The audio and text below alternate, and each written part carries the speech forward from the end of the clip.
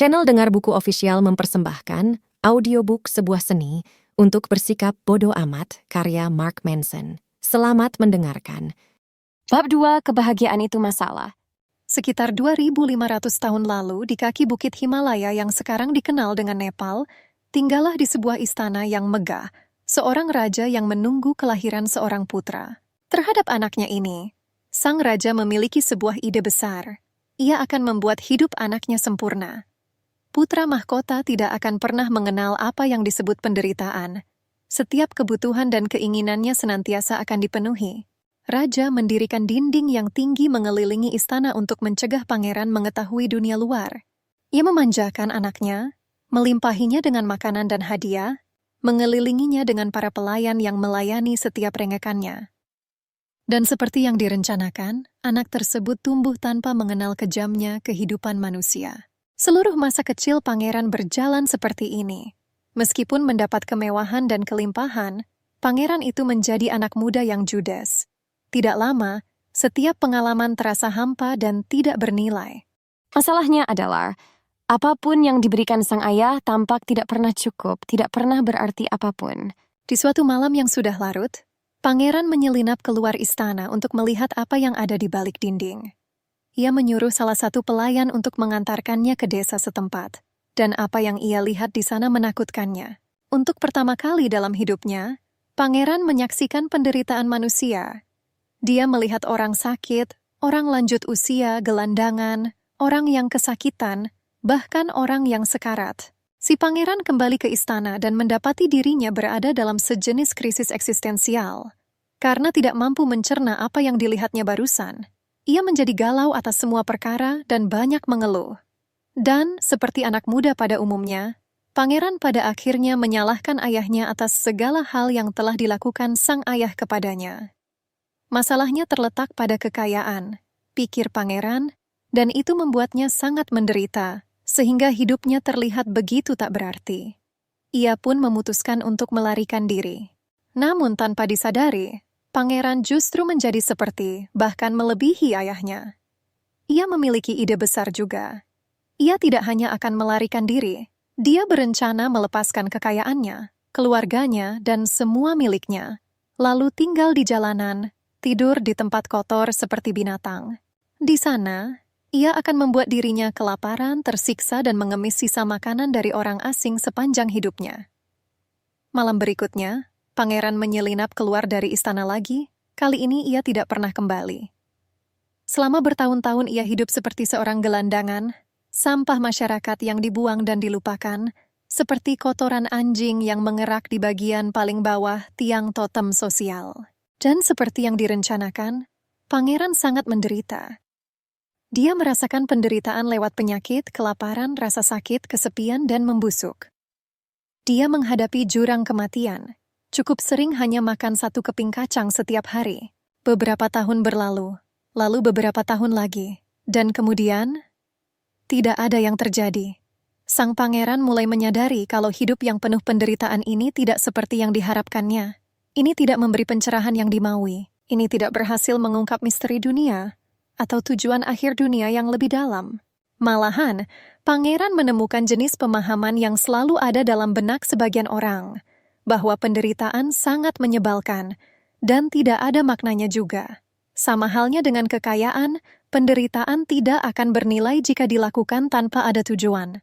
Dan pangeran pun sampai pada kesimpulan bahwa ide besarnya itu, seperti ide ayahnya, pada realitanya sungguh sebuah ide yang buruk, dan dia harus segera melakukan sesuatu yang lain. Dalam kondisi benar-benar bingung, pangeran membersihkan dirinya dan menuju sebuah pohon yang besar di dekat sungai.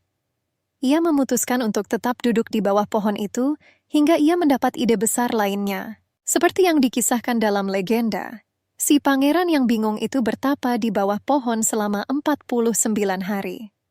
Tentu kita tidak usah mendiskusikan apakah mungkin seseorang bisa duduk di tempat yang sama selama 49 hari. Yang jelas bisa dikatakan bahwa dalam rentang waktu itu, sang pangeran menemukan sejumlah kesadaran yang mendalam. Salah satu kesadarannya adalah ini, bahwa hidup itu sendiri adalah suatu bentuk penderitaan. Orang kaya menderita karena kekayaannya. Orang miskin menderita karena kemiskinannya. Orang yang tidak punya keluarga menderita karena mereka tak punya keluarga. Orang yang mengejar kenikmatan duniawi menderita karena kenikmatan duniawinya. Orang yang tidak merasakan kenikmatan duniawi menderita karena tidak pernah merasakannya. Bukan berarti semua penderitaan itu sama. Beberapa penderitaan tentu lebih menyakitkan ketimbang penderitaan yang lain. Meskipun demikian, kita semua pasti menderita. Tahun demi tahun berlalu, Pangeran mendirikan bangunan filosofinya sendiri, lalu menyebarkannya ke pelosok dunia. Dan ini yang menjadi prinsip pertama dan utama. Bahwa rasa sakit dan kehilangan tidak dapat dielakkan, dan kita harus belajar untuk berhenti menolaknya. Pangeran itu kemudian dikenal sebagai Buddha. Dan andai kata Anda belum pernah mendengarnya, pribadi ini sungguh luar biasa. Ada sebuah premis yang mendasari semua asumsi dan keyakinan kita. Premis itu adalah bahwa kebahagiaan itu bersifat algoritmik, bisa diutak-atik dan diperoleh dan dicapai, seperti masuk sekolah hukum atau membangun set Lego yang sangat rumit. Jika saya mencapai X, maka saya akan bahagia. Jika saya terlihat seperti Y, maka saya akan bahagia. Jika saya dapat menjadi seseorang seperti Z, maka saya akan bahagia. Premis inilah masalahnya. Kebahagiaan bukanlah suatu persamaan yang dapat dipecahkan. Ketidakpuasan dan kegelisahan merupakan bagian yang inheren dari sifat manusia. Dan, seperti yang akan kita lihat bersama, komponen yang penting untuk menciptakan kebahagiaan yang konsisten. Sang Buddha menyampaikan pendapatnya dari perspektif teologis dan filosofis. Saya juga akan memberikan argumen yang sama di bab ini. Namun saya akan lebih biologis dan dengan perumpamaan seekor panda. Rentetan kesialan si panda nyinyir. Jika saya dapat menciptakan satu pahlawan super, saya akan menciptakan pahlawan yang disebut panda nyinyir. Dia akan memakai sebuah topeng mata murahan dan kaos, dengan huruf kapital T di atasnya, yang terlalu kecil untuk perut pandanya yang besar, dan kekuatan supernya adalah mengatakan kepada orang-orang kebenaran yang menyakitkan dan tergolong pedas tentang diri mereka sendiri yang perlu mereka dengar, namun tidak ingin mereka terima. Ia akan pergi dari pintu ke pintu seperti salesman kitab suci dan membunyikan bel pintu lalu mengatakan hal-hal seperti, tentu, menghasilkan banyak uang membuat Anda merasa senang, namun itu tidak akan otomatis membuat anak-anak Anda mencintai Anda. Atau, jika Anda ditanya apakah Anda mempercayai istri Anda, mungkin hati kecil Anda menjawab tidak. Atau apa yang Anda anggap sebagai pertemanan, sesungguhnya adalah upaya Anda secara konstan untuk membuat orang lain terkesan. Lalu ia akan berkata kepada tuan rumah semoga harinya menyenangkan dan melenggang ke rumah berikutnya. Ini akan terdengar luar biasa dan gila. Dan menyedihkan sih, tapi jelas memotivasi dan penting. Lagi pula, kebenaran yang paling agung dalam kehidupan biasanya kebenaran yang paling tidak enak didengar. Panda nyinyir akan menjadi pahlawan yang tidak diinginkan seorang pun, namun diperlukan siapapun. Ia akan menjadi sayuran untuk melawan makanan sampah yang dikonsumsi mental kita. Dia akan membuat hidup kita lebih baik meskipun membuat kita merasa lebih buruk. Dia akan membuat kita lebih kuat dengan membuat kita menangis, mencerahkan masa depan kita dengan menunjukkan kepada kita seperti apa itu kegelapan. Mendengarnya akan seperti menonton sebuah film di mana sang pahlawan mati di akhir cerita. Anda akan semakin menyukainya meskipun membuat Anda merasa tidak karuan, karena itu nyata. Jadi selagi Anda masih di sini, perkenankan saya memakai topeng panda dan menyampaikan kebenaran yang tidak menyenangkan lainnya untuk Anda. Alasan sederhana mengapa kita mengalami penderitaan adalah bahwa secara biologis penderitaan bermanfaat. Ini adalah agen alami yang diperlukan untuk perubahan yang menginspirasi. Kita telah berevolusi untuk selalu hidup dengan derajat ketidakpuasan dan kegelisahan tertentu, karena hanya makhluk yang kurang puas dan tak terlalu amanlah yang mampu berinovasi dan bertahan hidup. Kita merasa tidak puas dengan apapun yang kita miliki, dan merasa puas hanya dengan sesuatu yang tidak kita miliki. Ketidakpuasan konstan ini telah membuat spesies kita terus bertarung dan berjuang, membangun dan menaklukkan. Jadi, jelas keliru. Rasa sakit dan penderitaan kita bukanlah hama bagi evolusi manusia. Itu adalah suatu keistimewaan. Rasa sakit dalam segala bentuk merupakan alat yang paling efektif dari tubuh kita untuk mendorong suatu aksi. Ambil contoh sederhana seperti ketika tersandung sesuatu. Jika Anda seperti saya, ketika kaki Anda terantuk sesuatu, Anda akan meneriakkan 4 huruf berawalan F yang akan membuat Paus Fransiskus menangis. Anda mungkin juga menyalahkan beberapa benda mati atas penderitaan Anda. Meja, teriak Anda. Atau mungkin Anda bahkan bertindak lebih jauh lagi seperti mempertanyakan seluruh filosofi desain interior gara-gara kaki yang tersandung. Orang idiot mana yang menaruh kursi di sini? Punya otak nggak? Beralih dari kesakitan tersebut. Rasa sakit karena jari kaki yang tersandung itu, yang Anda dan saya, bahkan Paus sendiri benci, ada karena sebuah alasan yang kuat. Penderitaan fisik tersebut merupakan produk sistem syaraf kita, sebuah mekanisme umpan balik yang memberi kita pengetahuan akan proporsi fisik kita sendiri, di mana kita dapat dan tidak dapat bergerak, dan apa yang dapat dan tidak dapat kita sentuh. Ketika kita melewati batasan itu, sistem syaraf kita, sebagaimana mestinya, menghukum kita dengan memastikan agar kita benar-benar memperhatikannya dan tidak pernah melakukannya lagi. Dan rasa sakit ini, sebagaimana kita membencinya, ternyata berguna. Rasa sakit memberi pelajaran kepada kita akan apa yang harus kita perhatikan ketika kita masih muda dan suka teledor. Ini membantu menunjukkan kepada kita apa yang baik dan apa yang buruk bagi kita. Ini membantu kita memahami dan menaati batasan kita masing-masing. Ini mendidik kita agar tidak main-main di sekitar kompor atau menempelkan benda logam ke colokan listrik. Itulah alasannya bahwa menghindari rasa sakit dan mengejar kenikmatan tidak selalu berguna. Karena rasa sakit dapat sewaktu-waktu menentukan hidup mati kita. Tetapi rasa sakit tidak semata-mata secara fisik. Seseorang yang telah menonton prequel Star Wars pertama akan berkata kepada Anda kalau kita, manusia, mampu mengalami rasa sakit psikologis yang akut juga. Faktanya, penelitian telah menemukan bahwa otak kita tidak mencatat banyak perbedaan antara rasa sakit fisik dan psikis.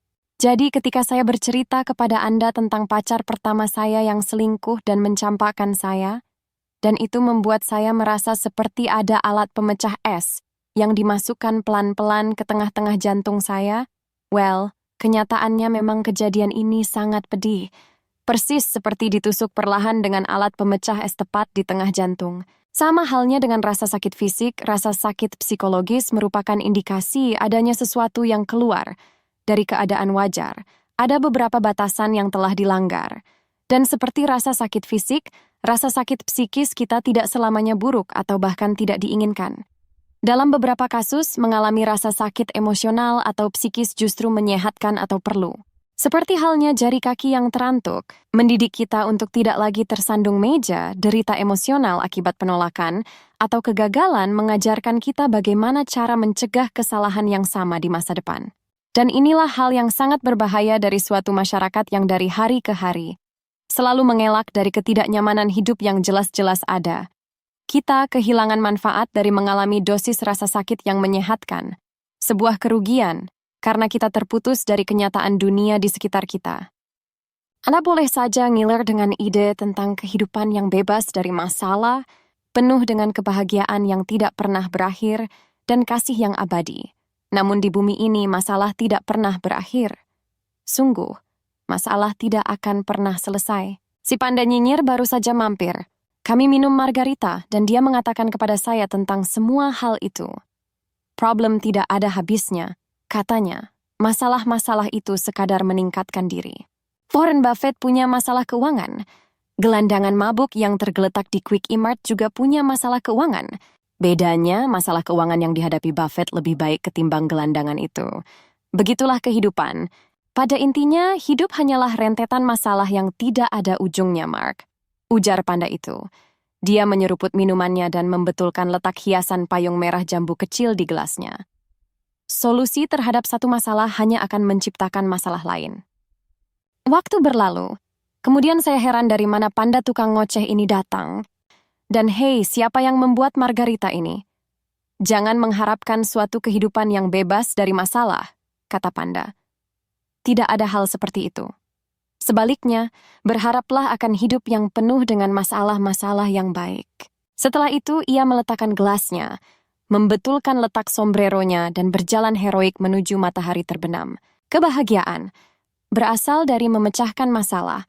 Masalah merupakan konstanta di kehidupan ini. Ketika Anda memecahkan masalah kesehatan Anda dengan cara membayar kartu anggota gym, Anda menciptakan masalah baru, seperti harus bangun lebih awal agar bisa ke tempat latihan tepat waktu. Mandi keringat selama 30 menit di atas elliptical atau mesin latihan stasioner, kemudian mandi dan ganti baju sebelum ke tempat kerja supaya tidak menyebarkan bau tak sedap di seluruh kantor. Ketika Anda menemukan solusi untuk masalah lain seperti tidak bisa meluangkan waktu bersama pasangan Anda untuk kencan malam pada malam Rabu yang sudah direncanakan, sebenarnya Anda menciptakan masalah baru, seperti mencari ide apa yang sebaiknya dilakukan setiap Rabu. Sesuatu yang disukai kalian berdua memastikan kalau Anda punya cukup uang untuk makan malam romantis. Kembali mencari tahu keintiman dan getaran yang rasanya sudah hilang di antara kalian berdua. Serta mencari bahan untuk bercinta dalam sebuah bathtub kecil yang terisi terlalu banyak gelembung. Masalah tidak pernah berhenti. Mereka hanya datang silih berganti dan atau meningkat. Kebahagiaan datang dari keberhasilan untuk memecahkan masalah. Kata kuncinya di sini adalah memecahkan. Jika Anda berusaha menghindari masalah Anda atau merasa seakan-akan tidak punya masalah apapun, Anda akan membuat diri Anda sengsara. Jika Anda merasa kalau Anda memiliki masalah yang tidak dapat Anda selesaikan, sama halnya Anda membuat diri sendiri sengsara. Bumbu rahasianya ada dalam kata memecahkan masalah, dan bukan pada punya atau tidak punya masalah. Untuk menjadi bahagia, kita memerlukan sesuatu untuk dipecahkan. Dengan demikian, kebahagiaan merupakan suatu bentuk tindakan. Ini adalah sebuah kegiatan. Bukan sesuatu yang diam-diam diberikan kepada kita, bukan sesuatu yang secara ajaib Anda temukan dalam salah satu dari 10 artikel urutan teratas di Huffington Post dari guru atau pengajar tertentu. Ini tidak secara ajaib muncul ketika pada akhirnya Anda memiliki uang yang cukup untuk membuat satu kamar tambahan di rumah. Anda tidak akan pernah menjumpai kebahagiaan sedang menunggu Anda di suatu tempat, suatu ide, suatu pekerjaan, atau bahkan sebuah buku yang membahas hal itu. Kebahagiaan merupakan proses kerja yang konstan. Karena memecahkan masalah juga adalah proses kerja yang konstan, solusi terhadap masalah kita hari ini akan meletakkan fondasi untuk masalah di esok hari, dan seterusnya. Kebahagiaan yang sejati akan terwujud hanya jika ketika Anda menemukan masalah, Anda menikmatinya dan menikmati proses pemecahannya. Kadangkala masalah-masalah tersebut sederhana, makan makanan sehat, pergi ke tempat baru, menamatkan video game yang baru saja Anda beli. Di lain waktu, masalah tersebut abstrak dan rumit, memperbaiki hubungan dengan ibu Anda, mendapatkan karier yang Anda sukai, menumbuhkan persahabatan yang lebih baik. Apapun masalah Anda, konsepnya sama. Selesaikan masalah lalu berbahagialah. Sayangnya, bagi banyak orang rasanya hidup tidak sesederhana itu.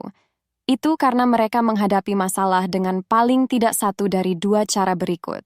1. Penyangkalan. Beberapa orang mengingkari kenyataan bahwa mereka memiliki masalah. Dan karena mereka menyangkal kenyataan itu, mereka harus secara konstan menipu atau mengalihkan diri mereka dari kenyataan hidup. Ini dapat membuat mereka merasa nyaman dalam jangka pendek. Namun ini justru menuntun pada hidup yang rapuh, neurotisme, dan pengekangan emosional. 2. Mentalitas korban. Beberapa orang memilih untuk meyakini bahwa tidak ada yang dapat mereka lakukan untuk menyelesaikan masalah mereka, bahkan ketika faktanya mereka mampu. Para korban ini memilih untuk menyalahkan orang lain atas masalah mereka atau menyalahkan situasi di luar diri mereka. 3. Ini dapat membuat mereka merasa lebih baik untuk sementara waktu, namun ini akan menggiring mereka pada kehidupan yang penuh amarah, ketakberdayaan, dan keputusasaan. Orang-orang menyangkal dan menjadikan orang lain kambing hitam atas masalah mereka. Hanya karena tindakan semacam itu sangat mudah dan enak dilakukan, sementara di sisi lain menyelesaikan masalah itu sulit dan kadang terasa tidak menyenangkan. Segala bentuk tindakan menyalahkan dan menyangkal membuat kita cepat tinggi. Ini adalah cara untuk sementara waktu lari dari masalah kita dan pelarian itu rupanya memberi kita jalan pintas yang membuat kita merasa nyaman. Orang bisa merasa tinggi karena macam-macam hal, entah dari zat seperti alkohol, pembenaran moral yang datang dari menyalahkan orang lain, atau sensasi mendebarkan dari beberapa petualangan berisiko yang baru. Ini adalah cara yang sangat dangkal dan tidak produktif dalam kehidupan seseorang. Dunia lebih banyak membuat kita tinggi ketimbang cara untuk memecahkan masalah yang masuk akal. Dunia lebih banyak menjajakan hal-hal yang membuat kita tinggi, ketimbang cara untuk memecahkan masalah yang masuk akal. Banyak guru kepribadian mengajari Anda bentuk penyangkalan baru dan menyemangati Anda dengan latihan-latihan yang terasa enak dalam waktu pendek. Padahal itu mengabaikan isu yang mendasar. Ingat, tidak seorang pun yang mengklaim dirinya bahagia masih perlu berdiri di depan cermin dan berulang-ulang berkata pada dirinya sendiri kalau dia bahagia. Tinggi juga mengakibatkan kecanduan. Semakin Anda mengalami ketergantungan pada hal-hal yang membuat Anda merasa lebih baik, Anda akan semakin sering mencarinya. Dalam pemahaman ini, hampir segala hal bisa mengakibatkan kecanduan, tergantung pada motivasi yang ada di baliknya. Kita semua memiliki metode yang kita pilih sendiri untuk mematikan rasa sakit dari masalah kita, asal dalam dosis normal itu tidak masalah. Namun semakin lama kita menghindar dan semakin lama kita mematikan rasa sakit, akan semakin besar rasa sakit ketika pada akhirnya kita benar-benar menghadapi permasalahan tersebut. Emosi dinilai terlalu tinggi. Emosi berkembang untuk satu tujuan spesifik, membuat kita hidup dan membuatnya sedikit lebih baik. Itu saja. Emosi adalah mekanisme umpan balik yang mengatakan kepada kita apakah sesuatu itu sepertinya benar atau salah untuk kita. Tidak kurang, tidak lebih.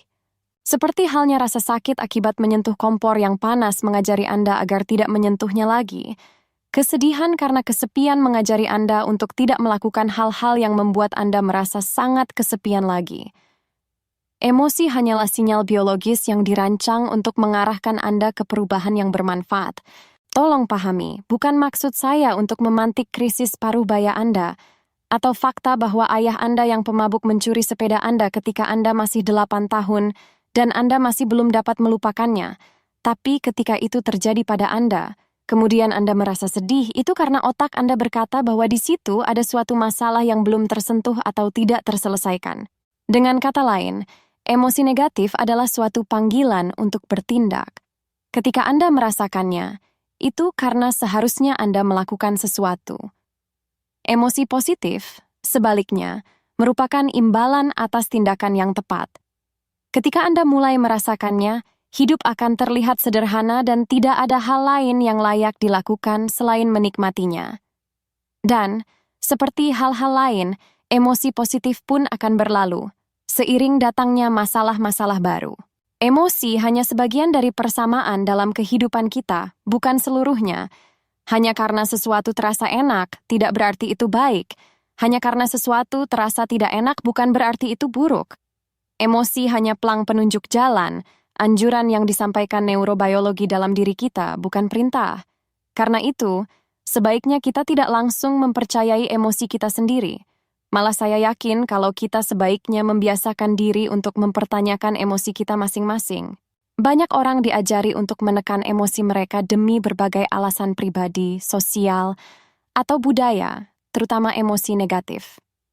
Sedihnya, menyangkal emosi negatif berarti menolak mekanisme umpan balik yang membantu seseorang untuk menyelesaikan masalah.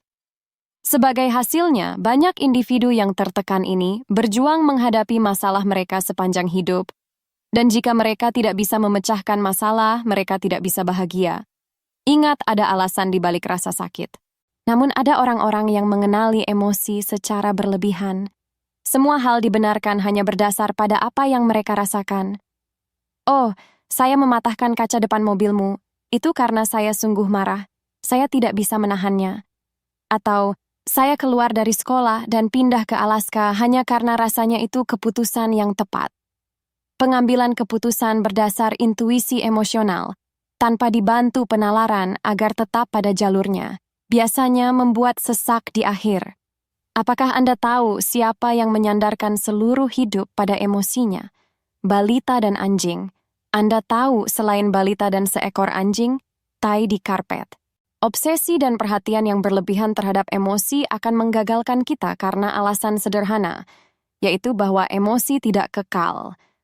Apapun yang membuat kita bahagia hari ini tidak akan membuat kita bahagia lagi esok, karena biologi kita selalu membutuhkan sesuatu yang lebih. Fiksasi terhadap kebahagiaan secara niscaya akan meminta kita untuk tiada habisnya mengejar sesuatu yang lain. Rumah baru, hubungan baru, tambah momongan, kenaikan gaji. Tak peduli seberapa keras jerih payah yang telah kita keluarkan, kita akan bertemu pada semacam perasaan menakutkan yang serupa saat kita memulai semua ini. Tidak cukup. Psikolog kadang menyebut konsep ini sebagai treadmill hedonis. Idenya adalah bahwa kita selalu bekerja keras untuk mengubah situasi hidup kita. Namun sebenarnya, kita tidak pernah merasa sangat berbeda. Inilah mengapa masalah kita selalu berulang dan tidak dapat dihindari. Orang yang Anda nikahi adalah orang yang dengannya Anda beradu mulut. Rumah yang Anda beli adalah rumah yang Anda perbaiki. Pekerjaan idaman yang Anda miliki adalah pekerjaan yang membuat Anda stres. Setiap hal didapat melalui suatu pengorbanan. Apapun yang membuat kita merasa nyaman, tak dapat disangkal, juga akan membuat kita merasa buruk. Apa yang kita dapatkan adalah apa yang kita lepaskan. Apa yang menciptakan pengalaman positif kita akan menentukan pengalaman negatif kita. Ini adalah pil pahit yang sulit ditelan. Kita menyukai ide bahwa ada beberapa kebahagiaan yang pada akhirnya dapat dicapai.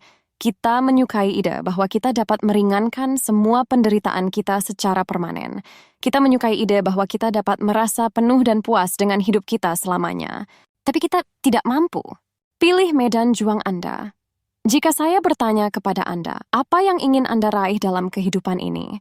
Dan bila jawaban Anda kira-kira bakalan begini, saya ingin bahagia dan memiliki sebuah keluarga dan pekerjaan yang saya suka. Tanggapan Anda tersebut sangat lazim dan sepertinya tiada ada artinya sama sekali. Setiap orang menikmati apa yang mengenakan. Setiap orang ingin hidup dengan riang gembira, senang dan mudah, jatuh cinta dan merasakan seks dan hubungan yang luar biasa. Terlihat sempurna dan berduit, populer, dihormati dan dikagumi, dan jadi jagoan di lantai dansa yang membuat kerumunan orang akan terbelah seperti laut merah ketika Anda berjalan santai memasuki ruangan. Setiap orang menginginkannya, mudah untuk menginginkannya. Sebuah pertanyaan yang lebih menarik, sebuah pertanyaan yang tidak pernah disadari sebagian besar orang adalah, rasa sakit apa yang Anda inginkan dalam hidup Anda? Apa yang membuat Anda rela berjuang? Karena itu, tampak seperti faktor yang sangat menentukan menjadi apa hidup kita nantinya. Sebagai contoh, sebagian besar orang ingin mendapatkan posisi puncak di perusahaan dan mendapatkan banyak uang, namun tidak banyak orang yang bersedia menderita selama 60 jam minggu kerja, perjalanan pergi pulang kantor yang jauh, berkas kerja yang memuakan, dan menghadapi hierarki perusahaan yang sewenang-wenang demi melarikan diri dari neraka kubikel yang tak berujung. Hampir semua orang menginginkan seks yang memuaskan dan hubungan yang luar biasa. Namun tidak setiap orang mau menjalani percakapan yang alot, keheningan yang menyiksa, perasaan yang tersakiti, dan psikodrama emosional untuk sampai ke sana. Jadi mereka pikir lebih baik diam saja. Mereka memilih diam dan selama bertahun-tahun gusar oleh angan-angan sendiri, seandainya saja, hingga angan-angan itu menjelma. Dari seandainya saja, menjadi terus sekarang apalagi. Sampai ketika akhirnya para pengacara sudah pulang dan cek tunjangan perceraian ada dalam surel, pertanyaan itu menjadi, untuk apa ini semua?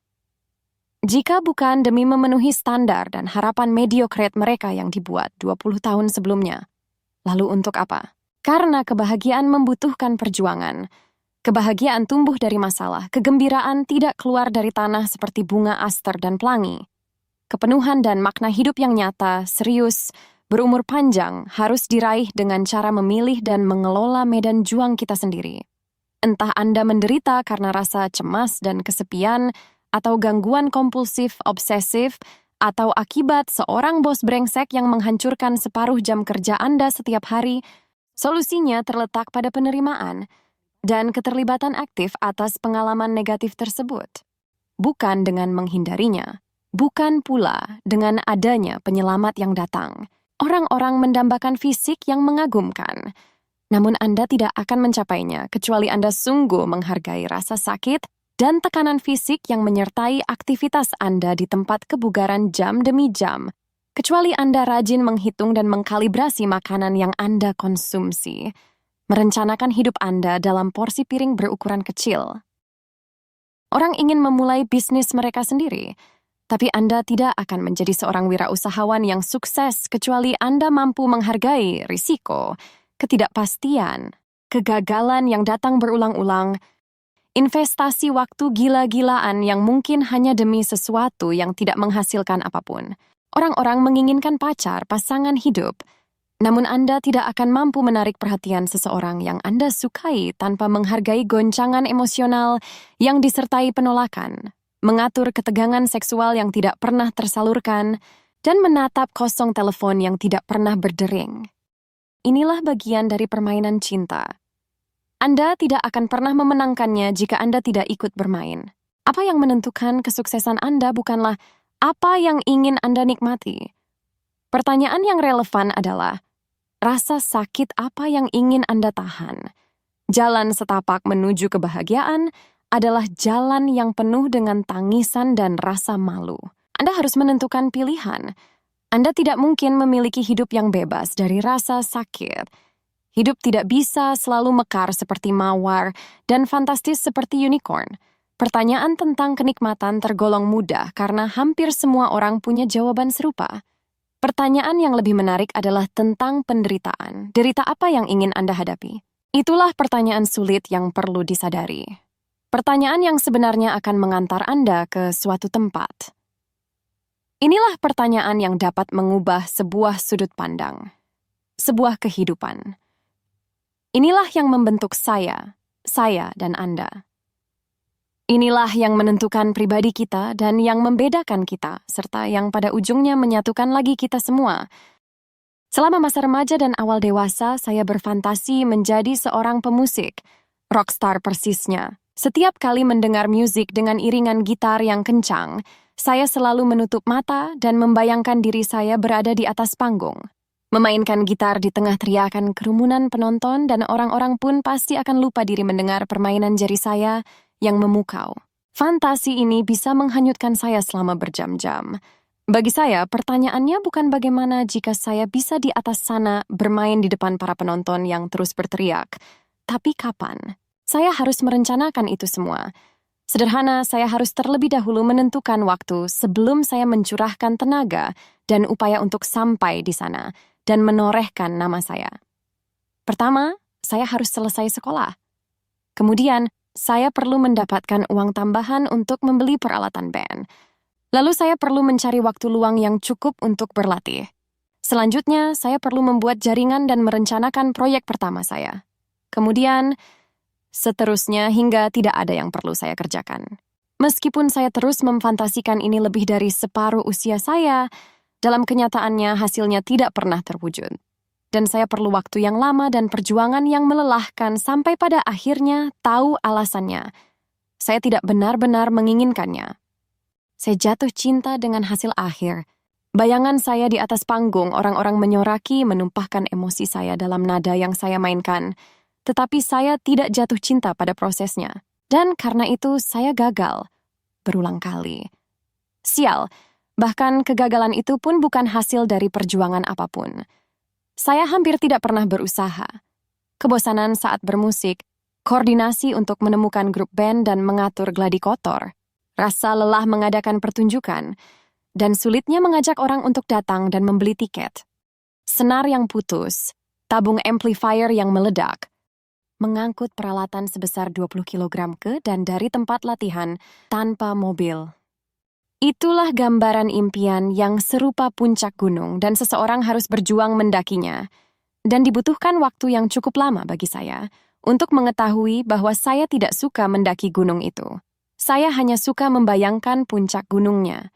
Narasi di luaran secara umum akan memborbardir dengan aneka petuah bahwa saya telah gagal, bahwa saya orang yang cepat menyerah atau pecundang, bahwa saya hanya kurang ini dan itu, bahwa saya menyerah atas mimpi saya, dan bahwa mungkin saya membiarkan diri saya tumbang oleh tekanan masyarakat. Namun kebenaran jauh tidak menarik daripada salah satu penjelasan tersebut. Kebenarannya adalah, saya pikir saya menginginkan sesuatu, namun pada kenyataannya tidak. Habis perkara. Saya menginginkan imbalan bukannya jerih payah. Saya menginginkan hasil dan bukan proses. Saya hanya jatuh cinta pada kemenangan dan bukan perjuangan. Dan hidup tidak berjalan seperti itu. Siapa diri Anda yang sebenarnya ditentukan oleh apa yang ingin Anda perjuangkan? Orang-orang yang menikmati perjuangan di gym adalah orang-orang yang mengikuti triathlon dan memiliki bentuk perut seperti dipahat dan bisa bench press satu rumah kecil. Orang-orang yang menikmati berminggu-minggu kerja yang panjang dan saling sikut di perusahaan adalah mereka yang terbang melampaui hal-hal tersebut. Orang-orang yang menikmati tekanan dan ketidakpastian gaya hidup dari seorang seniman kelaparan adalah mereka yang pada akhirnya mampu menghidupi dan menjalaninya. Ini bukan tentang kekuatan kehendak atau omong kosong tentang keuletan. Ini juga bukan contoh nyata dari ungkapan no pain, no gain. Tidak ada yang bisa didapat tanpa perjuangan. Ini adalah komponen hidup kita yang paling sederhana dan mendasar. Perjuangan kita menentukan kesuksesan kita. Permasalahan-permasalahan kita melahirkan kebahagiaan kita. Seiring dengan masalah-masalah yang naik levelnya, menjadi semakin baik. Lihat. Ini adalah spiral yang merambat ke atas tanpa pernah selesai. Dan jika Anda masih berpikir bahwa Anda boleh berhenti mendaki di titik manapun, saya khawatir Anda belum cukup paham. Karena kegembiraannya justru terletak pada pendakian itu sendiri. Terima kasih. Nantikan audiobook lainnya di channel Dengar Buku Official. Jangan lupa like, subscribe, dan share.